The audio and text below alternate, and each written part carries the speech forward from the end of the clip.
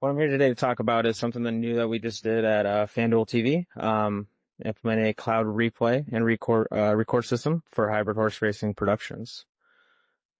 FanDuel TV, if anyone is not familiar, we have two linear channels for distribution on satellite providers and cable providers across the U.S.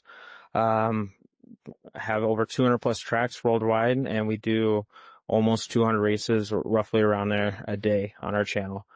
We also have FanDuel TV Extra, which is our first fast channel, provides us with other sports, 24 hours a day, including live sports or Poker Stars matches, anything, overseas that, we think would be a good, coverage for us, including EuroLeague basketball as well, and professional darts.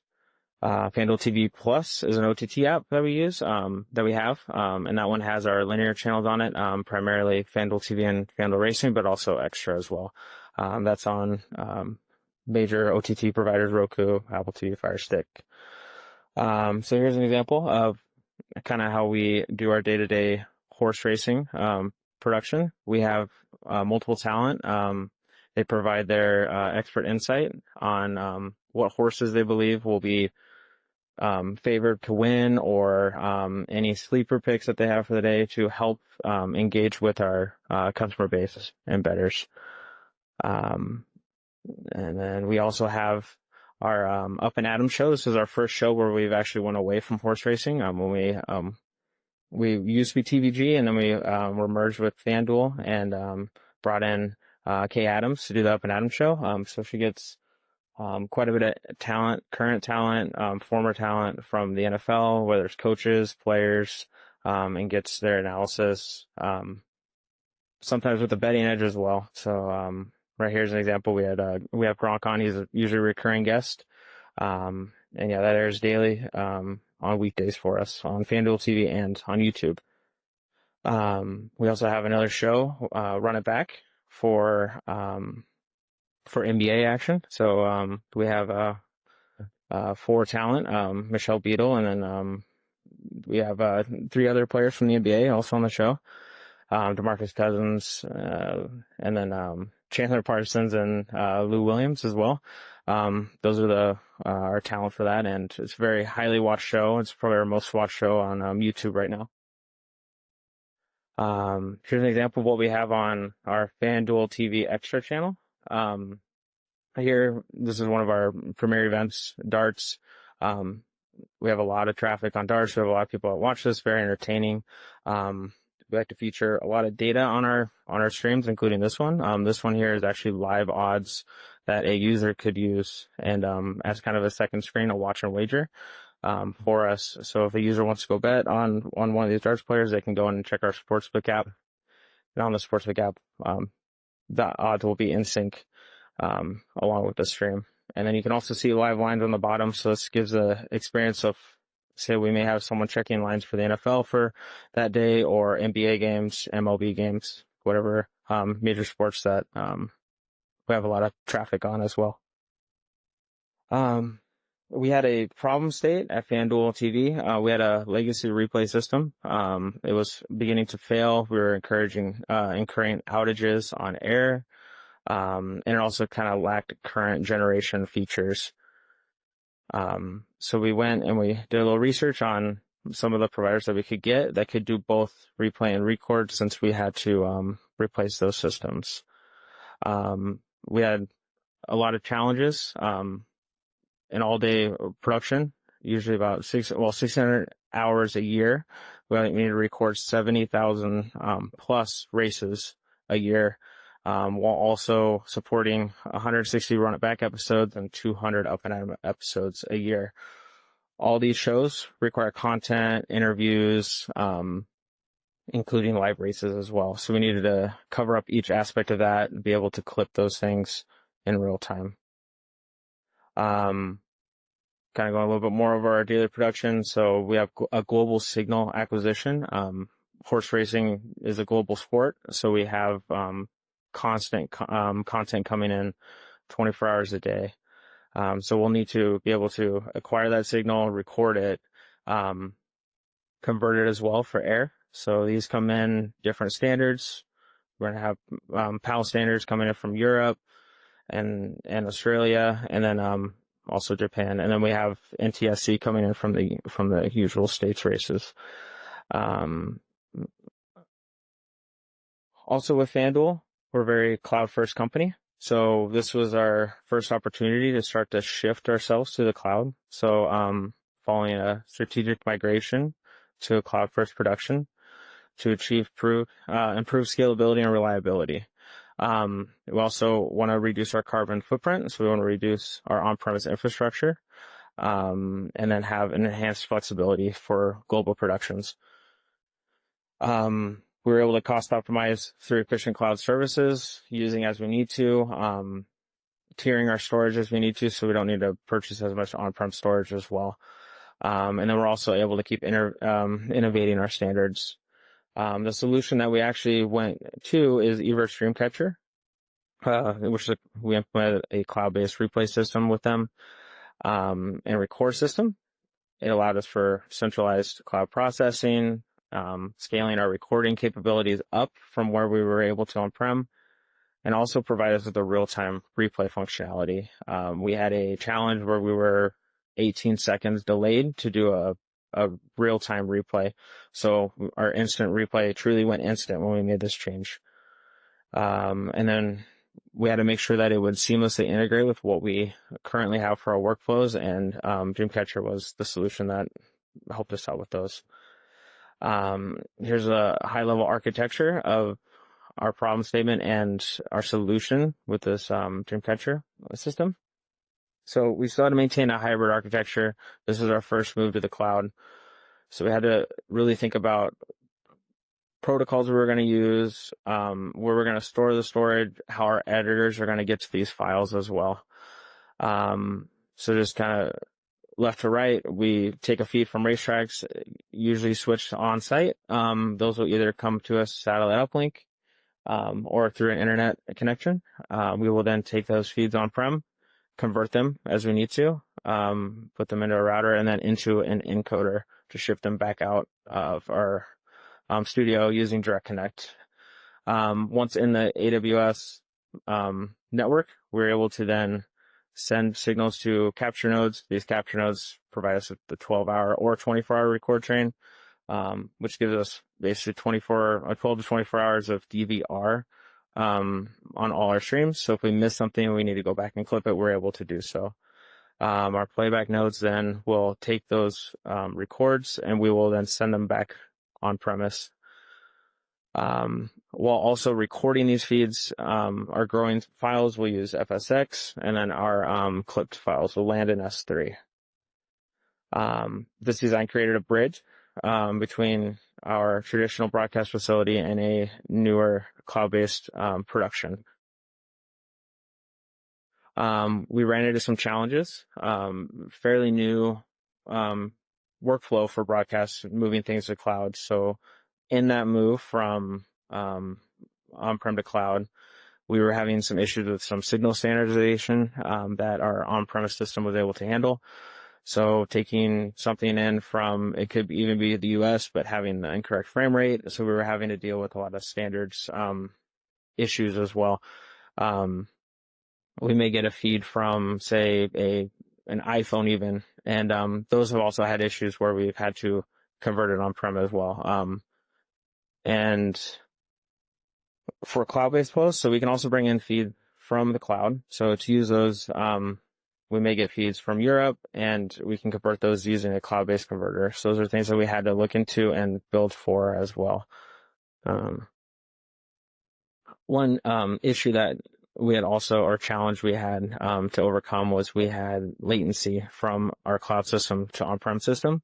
The controlling system was relatively instant. The issue was sending back our video stream. So we had a very high delay originally when we were building this out. Worked with actually Thomas at Amazon and others to get our systems to fully talk to each other. There seemed to be an issue with timing. The system wasn't sending PTS and PCR close enough on a technical sense. So our decoder was waiting to then decode the signal. So once we got those two to more come towards a uniform standard, our decoder was trying to decode these at sub-second decodes from cloud to on-prem. This required very much like a lot of cross-vendor communication to adhere to each other's standards. Also, some challenges is we needed to overcome our vendor agnostic, so we don't have a complete all-in-one solution. We have other companies that we use, so we needed to make sure that we came up with an approach that was agnostic to those systems, and Dreamcatcher was a great tool for that. And yeah, so many workflows, many different cloud workflows as well that we needed to come up with.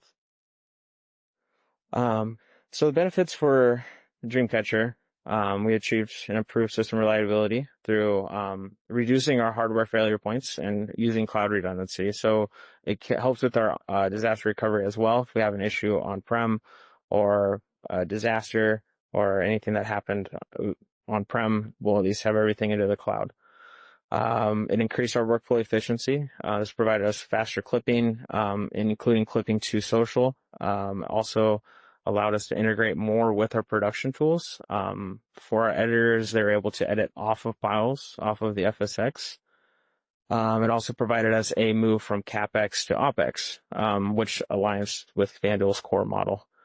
And then it was helping us move to a more feature-rich instant replay system in Dreamcatcher. We learned some lessons. The hybrid approach is a gradual transition. It's not just a flip of a switch. There's a lot of things that need to be accounted for. Latency is one. Distance, very important. And having those things work well with each other and being able to change some workflows when things aren't as quick as possible.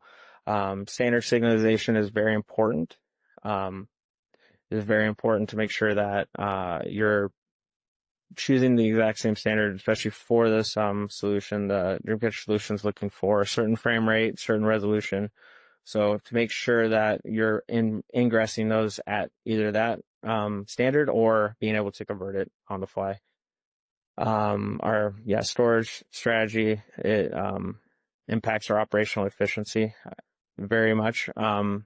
You can record as much as you want on Amazon. You need to also make sure that you are doing proper things, as in like tiering your storage or sending things to archive as well. Those are things that we had learned lessons for to help with our costs as well. And then the vendor agnostic design provides flexibility. However, it does take some time to get that to work out. So those are things that we learned that take some time. Future roadmap. So this is an ever-evolving system. So to help with the latency, we're looking at doing a lot of going into JPEG XS or NDI, depending on which one we find helps us with our latency more, while also keeping the quality. We still have a very highly used SDI system at FanDuel, so we're looking to move to 2110. So the XS makes more sense for us in that move. So we're trying to explore that with everts on how we can bring those flows back on-prem. Also exploring NDI6 with real-time workflows in the cloud for like an all-cloud production system. Those are things we're looking into as well. NDI6 has been very successful with all cloud-based workflows within that architecture at Amazon. And then, again, exploring that all-cloud vision. And then enhancing the automation and AI integration. So with this moving to the cloud, we're a very data-centric company, especially with odds, especially with live horse racing. So these are things that we can then use that data, live data that we get for all these races, be able to clip automatically, be able to record things on the fly as we need to, or say something happens, we get maybe a record of something from the NFL or for our show. So these are things that we can then use AI for and then start to generate those workflows. And then being able to scale our global production. FanDuel is a part of a larger company, Flutter, which provides a global impact for our channel. So then we'll be able to utilize more of a global production and a scaling of Amazon. All right. Thank you. And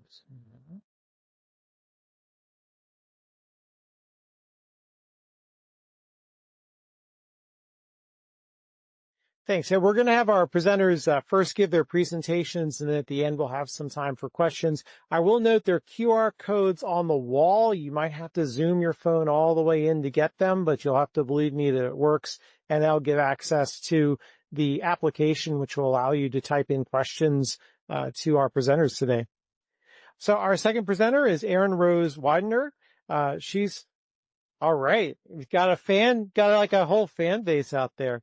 She's a business development and strategy leader in the M&E technology space and has created transformational partnerships and innovative solutions for WB, Fox, Paramount Global, Microsoft, Google, and Apple. And she is currently the global head of business strategy for emerging and creative technologies, M&E for Verizon. So please come up. Thank you.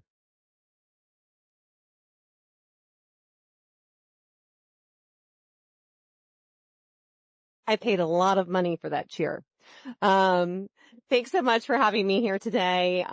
Very excited to talk to you about acceleration and personalization for live broadcast. It's something that we have been working on at Verizon for the last couple of years, and it's something that I am actually very personally passionate about. So I'm going to walk you through a couple use cases, one that we did at NAB and one that we did at IBC this year. But first, I want to just kind of talk about why now. So, as Thomas was talking about earlier, there is so much content that's out there that content providers are looking at. How do we increase that ROI and how do we increase that fan engagement? So when you think about, and I have a couple examples up here, I have Olympics, NFL, and Premier League, but to stay kind of global agnostic, I'm going to stick with Olympics for right now. And I'm going to talk about how there were 7,000 hours of broadcast content for the Olympics. I watch a lot of TV. I don't know if anybody else watches a lot of TV, but I cannot consume that amount of TV as a human person. And along with that, there were over 300 medaled events. So when you think about the amount of content that was going out there and the amount of content that was actually being created, it's just really prime for that acceleration and personalization. So we're going to start with AI on location. And this was something that we actually created a showcase around at NAB this year. And the challenge was brought to us by High Vision, who talked about how at the Olympics, at the opening ceremonies, there were over 200 cameras that were used to film that. Now, that's very cool to have that much footage coming in. But as a technical director, as someone who's calling that show, that's also a lot of streams to manage at once. This was also powered by 32 custom-built edge servers. So we wanted to see how could we streamline that workflow. And so we wanted to bring those AI capabilities on-prem to be able to prioritize those feeds and then also enable that software-defined and GPU acceleration deployments. So we brought our private 5G network to NAB. We deployed that over 3 bands of spectrum. So we did CBRS, we did C-band, and we did millimeter wave. And then we put that on top of NVIDIA Holoscan for media. So it was this AI-enabled tech stack. So at NAB, when we displayed this, we actually needed content. And so it just is coincidental that FanDuel was actually on this session as well, but we reached out to our friends at FanDuel and we asked if there was any content that we could use to showcase this deployment. And FanDuel was kind enough to give us some footage from the Breeders' Cup. And so we were able to bring in 8 streams of live broadcasts. We simulated a broadcast. And then we were able to say, okay, with this AI, here are general knowledge parameters. We're looking for a jockey. We're looking for this specific color. Help us identify those streams so that can enable our technical director to call that show. So you can kind of see our setup here with the different frames that we had. And then this is our architecture workflow. So we worked again with High Vision, we worked with Monks, we worked with Ericsson for private 5G, and we worked with NVIDIA to create this from end to end. And then I'm going to need the AV help so you can see the demo in action. If you can play that. So what you can see on screen is you can see this being deployed. So up there on the right hand, you can see the different frames being highlighted based on the general knowledge parameters that we had fed the AI. And then the additional element that we incorporated was when those streams were identified, we increased the bit rate. That way, not everything was having to go out. And these are our partners that we used on that. All right. So that was NAB, and I do have to say that we actually won the NAB TV Technology Award for that for Best in Show, and we were all very proud of that. Now we're going to talk about IBC, which we just came out of. How many people went to IBC this year? I would imagine a few of you did. So I'm not sure if you had a chance to go check out the Accelerator Zone, but this is something that Verizon has been a champion on for the last few years. For the last 2 years, I've been working on a project called Changing the Game around personalization of content. And really what it was, the vision was, how do you create those personalized highlight reels? How do you create personalized media that is going to resonate with each user? Because I think we can all agree, again, that there's so much content in the world that you don't want to have to watch all of the games. You don't want to have to watch all of the content. You want to be able to watch what you want when you want it. So you want to be able to watch the teams that you like, the plays that you like, the players that you like. So that was the challenge for this project when we came out with it in 2023. So this was so we've been working on this since the fall of 2023 with that ideation. And then we did so well last year as the accelerator in that we graduated to an incubator this year where we took it a step further from what the work that we had done last year. So I'm going to go through kind of the accelerator versus incubator, different features. So with the accelerator, we looked at it from kind of like a chat GPT perspective. So imagine you're talking to chat GPT and you're able to tell it what you like, again, teams, players, plays, and then it's able to deliver a personalized highlight video to you of what you just mentioned that you liked. And so that's what we did last year. We also had audio description available as a sort of commentary, but we also realized that it really functioned as an accessibility element also. Now, for the incubator, we wanted to raise our game. We wanted to change the game again, and we wanted to create a much more polished UI interface, different personas. We wanted more flexibility in terms of what you were going to experience, what you could give to this platform. And so this is kind of the what it looks like. And then the other thing that I'll mention is content. So last year we were very fortunate where we were able to work with super sports schools because I would imagine as you're all kind of playing around with AI, part of the challenge is finding content that people are comfortable with, you showcasing in an AI environment. And so with Super Sports Schools, they were kind enough to give us some footage. We also had World Freestyle Football Association who was interested, but I don't know if any of you are familiar with that sport, but it's a little bit different. And so there's not as much metadata available for that or historical knowledge. Now, Super Sports School presented its own challenge because a lot of the players were actually minors. And so we had to take that into consideration and did not have the kind of historical knowledge that like a FIFA would have, right? Like any sort of leagues would have. So we actually had to create that. This year, we used British Forces Broadcasting Service, and they had a few different sports. And we thought about it, but we really wanted to stick with football, soccer. We're here in the U.S., so I can say soccer, but we stuck with soccer this year with British Forces Broadcasting for a couple of reasons. One was, and why we ended up going with them, and they were so enthusiastic about it, is that they already have, a very professional grade broadcast setup.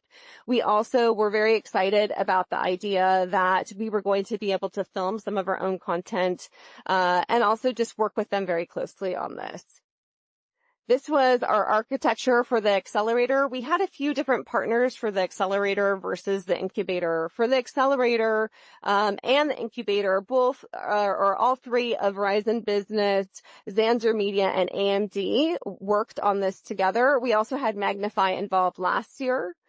And then this was this year's architecture, and this is going to kind of reflect more of like that polished experience that we wanted to create, which included Chiron and Monks for the OTT playout, because this year what we did was we created a live broadcast. So not only were you able to have that personalization on the fly, but you were also able to see it reflected in a simulated live broadcast.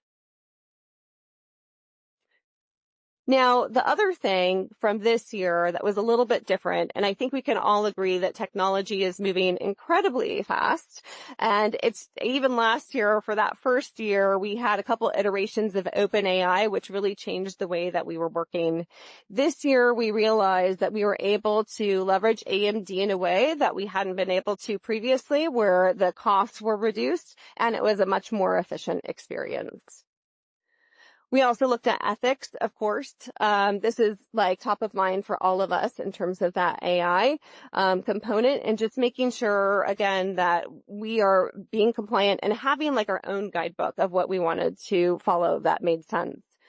Privacy. So like I mentioned, how last year we had super sports who were minors. This year, since we were using the British forces, we also wanted to respect their anonymity, and we also had to create historical data, because again, it's not like working with a FIFA. It's working with a different type of league that might not have that kind of historical data that other professional leagues had. So we were looking at how do we kind of, change it so we anonymize them from a physical perspective, and these were 4 different ways that we looked at it. The smiley face ended up being kind of this happy accident also, where we thought, well, this doesn't work for what we're doing right now, but this absolutely would be applicable to a minor sports league, right? So you think a little league where your child is playing in a game and you only want to see clips of your kid, because let's face it, like that's all you want to see, but you don't want other people to see your kid's face. So we thought this would be a fantastic way to look at it from that perspective. Okay. So I'm going to show you our demo of what this actually looked like from end to end at the incubator phase this year. And I'm going to run you through it. So go ahead and play. So this was the beginning of the welcome screen. There are 3 different lenses that we looked at. So we looked at my replays, my views, and my players. So we're going to start with my replays. And what you'll see at the top of this screen is you'll see this would represent that broadcast. So this is a live broadcast that's happening on the screen. Down here are the different clip libraries in the match timeline. So think back to when I was talking about that conversation that you would have with ChatGPT that was enabling ChatGPT to understand who you are. Those clips and that timeline are all tailored to your preferences. So that is already preloaded based on my preferences. The stuff on the right are the analytics. Oh, okay. Now look, down here are the different cameras. So there are 4 different cameras that we use, 3 broadcasts, 1 fan cam.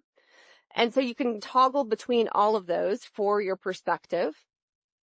And then again, they'll go back down to that match timeline. And you can pull them up and create your own highlight reel. Now, you can still, this is more of a manual process, and we understand that. There's also an automated process that we have embedded into this platform as well. But if you wanted to be that granular, you could actually create a highlight reel this particular way. The analytics on the right side are tailored to where we're at in the game. They incorporate historical data, and they incorporate your preferences. There's also a Q&A at the bottom. And the bottom is allowing you to ask any questions that you want as well. And so when you scroll down, you can see that there are different suggestion chips. We call them suggestion chips. So these are kind of preloaded questions that maybe would be something that you would want to know more about, like that particular team that's playing, or you might want that highlight reel, like you went and you grabbed a snack and you came back and it's been 3 minutes since the game, or 10 minutes since the game's been going on and you just want a 30-minute recap. And that can automatically create that recap. That's not just any recap. It's a recap that's tailored to you. And you go back and you can see the different fan cams and the different camera angles and create those reels. So now we're going to go into my view. And my view is a little more tactical in the way that we approach this perspective. And so you can see the match statistics. And you can see the different, and we actually, again, anonymize the names of the players here. So that's why you're going to see kind of like, funky names at some point, maybe not this screen, the next screen, I think. Oh, no, there they are. Okay. So these are filters. So you can see all the different names and all the different plays that you can filter to. Again, I understand that this is a bit more manual and granular, but this is available automated. It's just to give you that perspective that you can do either one, that flexibility of being able to choose. But it's very cool because all of the content that's reflected is going to actually show you those players. Now, this is my favorite one, which is you get to select players to follow throughout the game.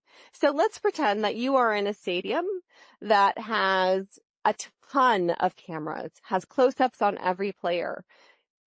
If you selected those certain players, this experience would actually showcase those particular players, those particular camera angles, kind of like when we go back and we think about that jockey experience. This is again zeroing in on those particular cameras and camera angles. So really this experience is driven not only by the content, but also the platform. We also had different languages involved in this as well. And each of these, the analytics on the right side also reflects the type of experience that is being directed by the lens that you've chosen. And so that is the demo that we did at IBC, and we did that live, and it was very cool to be able to see that in action. And this is everybody that was involved in that project. Okay, so some final thoughts about personalization. Personalization is just going to continue, and it's going to be the way that content providers are really going to be able to monetize their content. It's also going to be the way that you engage with your fans. So the thing to keep in mind as content providers is making sure that you have that fan engagement and making sure that you are flexible enough to change your UI and any of your dev based on that feedback that you are getting from users. And because there are certain things that we think this might resonate with a player or a user, but it might not. And so having that flexibility to really go back and forth is going to help in that kind of agility. Privacy protocols, we talked about that. Any of those, we have that flexibility. We have that technology available to really enable privacy. But what's really cool about any of this that we're working on right now is that even though we applied this to a broadcast game, this can be applied to anything, right? So this is content agnostic, and this is also going to help democratize some of the sports that we might not have heard of, like for the Olympics. I'm going to go back to the Olympics. I had never watched trampoline gymnastics before last year. But like, it's that kind of thing. World Freestyle Football Association. We have never watched those things before, but this is going to be able to democratize the experience for every kind of sport and every type of content. And that is my presentation. Thank you so much.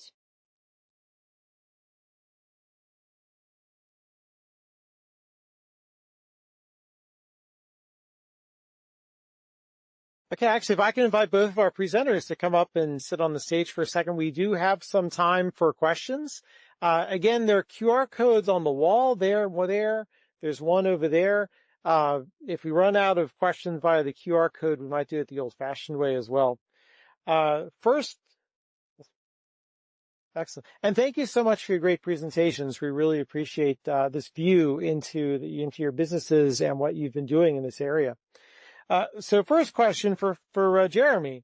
The FanDuel presentation mentioned importance of storage strategy. Can you please say a bit more about that? Now, and I'll say our audience might not know what FSX is, so, you do obviously, but we may want to explain some things like that. Yeah. Got on, on, on, on.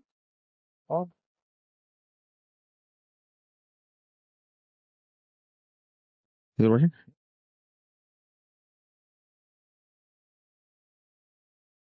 Yeah. So, could you repeat a little bit? Oh, sorry. Sorry. It's the importance of storage strategy. Can you say a bit more about that?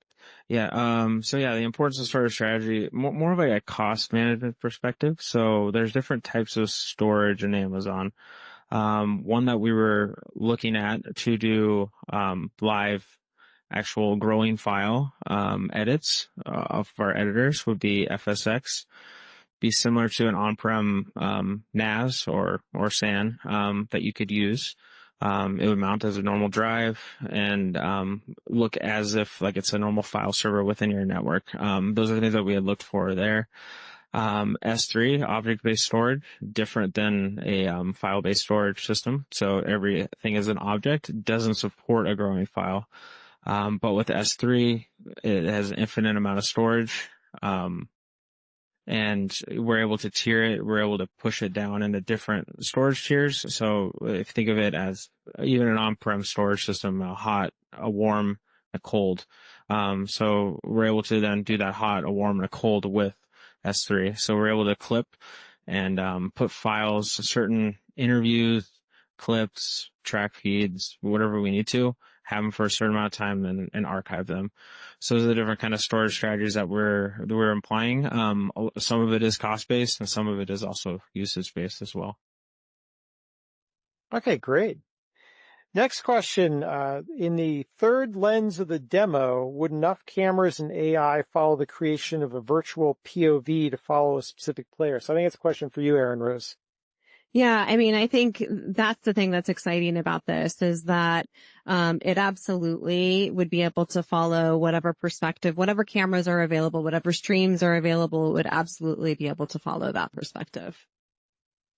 I know, I believe EVS may be showing something called Gaussian splats in a later talk, so that might be an area where they're able to use multi-camera capture to be able to create 3D visualizations with a free viewpoint. So from wherever you want to show those from. Yeah, and I mean, we looked at that possibility of doing altcast as well. We really wanted to just focus on that live broadcast piece, but I think once you do get those angles worked in, those cameras worked in, you could create those altcasts, whatever you wanted to do. Is that the term of our altcast? Altcast for, altcast. I see. Yeah. Yes. Okay.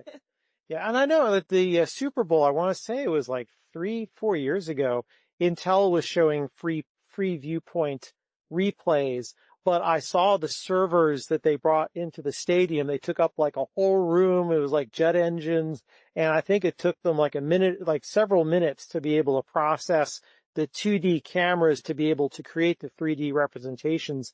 But I suspect over time, especially with the use of GPUs, that's probably gotten faster and faster. So yeah. And I mean, I think that's really what we were looking at too with even just with the NAB project too, is doing private 5G using software defined and GPU accelerated deployments to enable that kind of work. Yeah, I will say on the cloud, we've got a lot of servers. So if you need to upload it to the cloud, you can run it on 1,000 servers.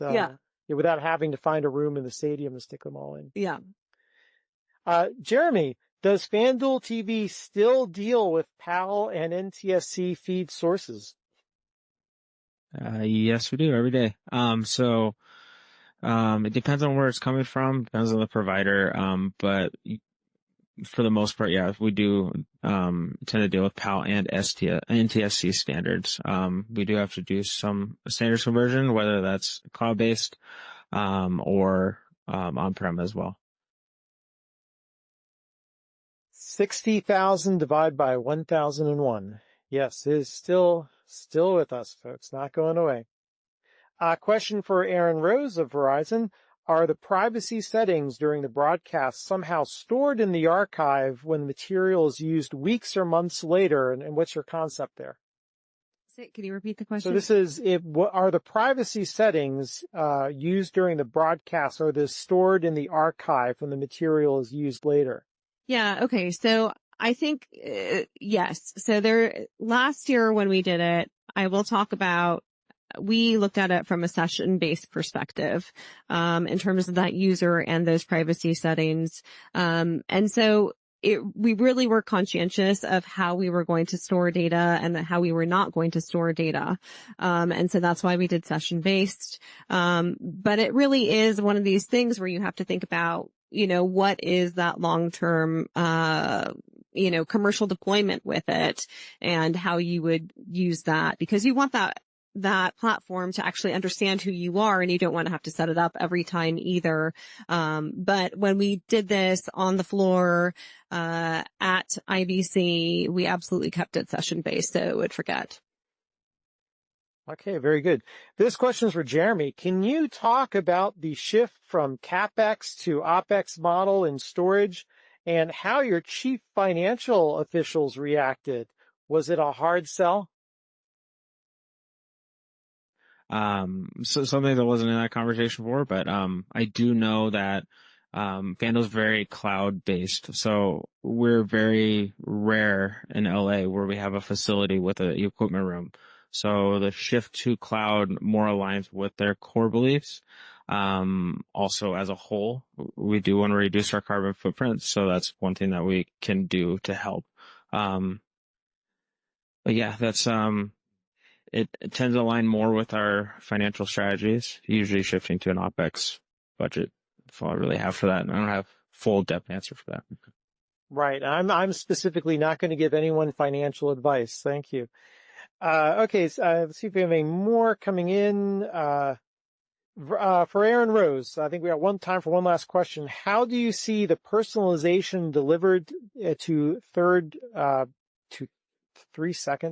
consumers in practice? How do you see the personalization delivered to consumers in practice, and what type of service would they subscribe to? Yeah, I mean, I think it's interesting. I think, a lot of the teams and leagues have their own apps already, right? And so you're looking at that as kind of a different add-on to that kind of experience. So I think there are a few different ways that we can do that. And I think it's getting very exciting in this space to see how you're going to be able to access that personalized content, whether or not that's going to be a app, a service provider, a content provider. But there are multiple ways of doing it. Okay. Well, I want to thank our speakers today, ErinRose and Jeremy. Thank you very much for sharing your knowledge with us today. And thank you all for being such a great audience.